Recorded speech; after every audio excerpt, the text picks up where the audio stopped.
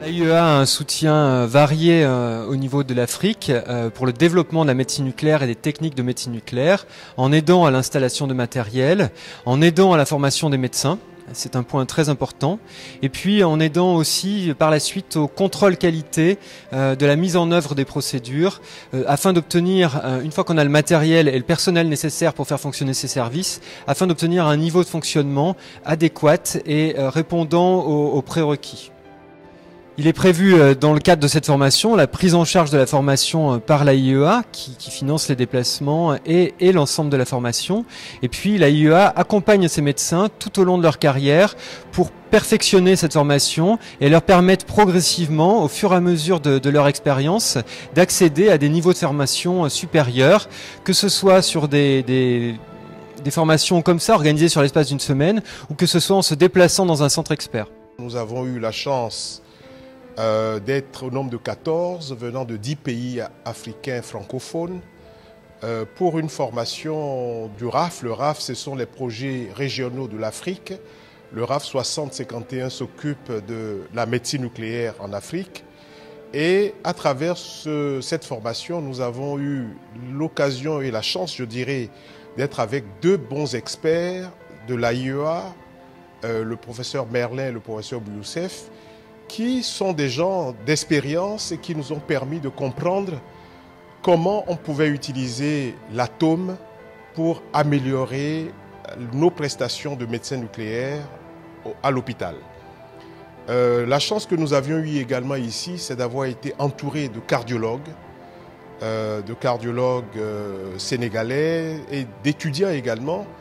de fait que la formation était une formation extrêmement réussie et très enrichissante. Nous avons eu l'occasion de voir qu'il fallait une multidisciplinarité, qu'il fallait que les cardiologues s'associent aux médecins nucléaires et que la plupart de nos pays, on puisse démarrer,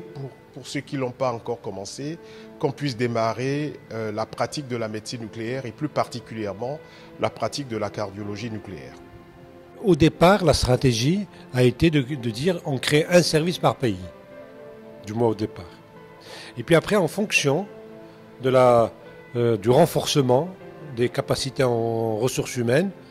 et de l'impact sur les services, sur les systèmes de santé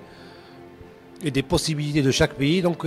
l'agence envisage après de passer à 2, à 3, mais c'est vrai, c'est graduel. Hein. C'est une implantation graduelle qui est réaliste et qui tient compte de la présence des ressources humaines adéquates et des ressources financières de chaque pays.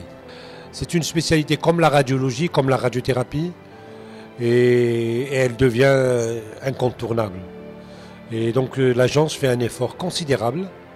pour la formation des ressources humaines. Actuellement en Afrique, en 5 ans, il y a eu plus de 45 personnes qui ont été formées, des nouveaux spécialistes africains. Grâce au soutien, ou plutôt dans le cadre de la coopération avec l'agence, on a réussi à former plus de 45 personnes qui sont spécialistes. C'est des jeunes et qui vont qui vont permettre à la spécialité de se développer. Et en cours, il y a un programme qui va toucher encore une 50aine de médecins. Et donc, à terme, dans 5 ans, on s'attend à ce que la médecine nucléaire devienne réellement une spécialité adulte, c'est-à-dire qui existe dans la majorité de l'ensemble des pays et dans la majorité des grands CHU du continent africain. Notre pays a l'honneur et le plaisir d'abriter cette formation, puisque le premier service de médecine nucléaire fonctionnelle à Dakar, actuellement, a été entièrement équipé par l'Agence internationale à l'énergie atomique et que l'agence veut faire de notre pays un pôle de rayonnement de la spécialité. Il se trouve que la médecine nucléaire et la radiothérapie constituent des disciplines orphelines qui doivent être soutenues et l'agence est en phase avec le Sénégal pour augmenter la qualité des ressources humaines, essayer d'accéder aux équipements modernes, et c'est dans ce but que ce cours a été organisé à Dakar, regroupant 10 pays 14 participants étrangers, des cardiologues sénégalais, des étudiants, pour faire le point sur les applications du nucléaire en cardiologie, puisque la cardiologie, les affections cardiaques, constituent actuellement un problème de santé publique et que la médecine nucléaire a un rôle important à jouer au stade diagnostic, mais aussi dans l'évaluation thérapeutique de ces pathologies. Nous sommes très satisfaits des échanges qui ont eu lieu entre collègues africains médecins nucléaires, mais surtout avec nos collègues cardiologues, puisque la prise en charge des patients de plus en plus est une prise en charge multidisciplinaire et que la tendance c'est à des concertations pluridisciplinaires qui permettent d'asseoir des diagnostics à bon escient et de mettre en route des traitements adéquats. C'est pour cela que cette rencontre revêt une importance capitale puisque différentes disciplines qui interagissent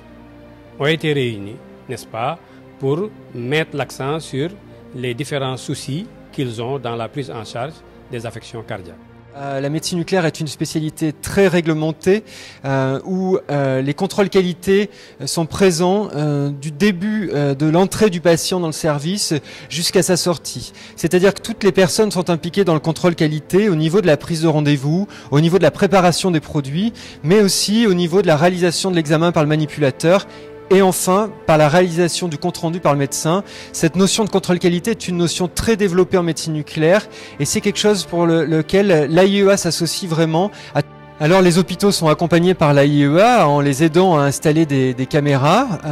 Ces caméras sont des modèles qui répondent aux besoins locaux des différents examens et sont des caméras qui évoluent dans le temps pour certains modèles, qui sont possiblement évolutifs, qu'on peut perfectionner au fur et à mesure en fonction de la prise d'expérience des différents médecins. Et puis les modèles proposés, mis en avant par l'AIEA, sont des modèles qui progressivement évoluent eux aussi en fonction des évolutions technologiques disponibles. Toutes les étapes finalement du contrôle qualité, de la réalisation de l'examen jusqu'à la réalisation du compte-rendu, l'AIEA est très impliquée dans ce contrôle qualité et c'est ce que je disais, après avoir participé à la formation des médecins, participé à l'installation des caméras, l'AIEA maintenant s'intéresse de plus en plus à la réalisation de ces contrôles qualité et à permettre au service d'avoir un niveau de qualité excellent. Alors, l'AIEA va faciliter l'accès aux soins le plus possible à ces patients en démocratisant ces examens, en montrant qu'ils ne sont pas des examens réalisés dans le cadre de la recherche, en montrant que ce sont des examens qui peuvent être réalisés en nombre de plus en plus important dans la journée. Alors certes, il faut un temps pour que le médecin acquiert une expérience pour pouvoir réaliser 20 examens de ce type dans la journée, mais cette expérience s'acquiert assez rapidement et la possibilité de pouvoir réaliser un grand nombre d'examens dans la journée donnera de plus en plus accès aux soins aux patients. Alors bien sûr, il y a le côté financier lié au coût de l'examen, mais ces choses-là vont aussi, avec la prise d'expérience, on pourra probablement optimiser l'utilisation des produits, l'utilisation de la caméra et voir quel impact cela peut avoir sur le coût de réalisation de chaque examen.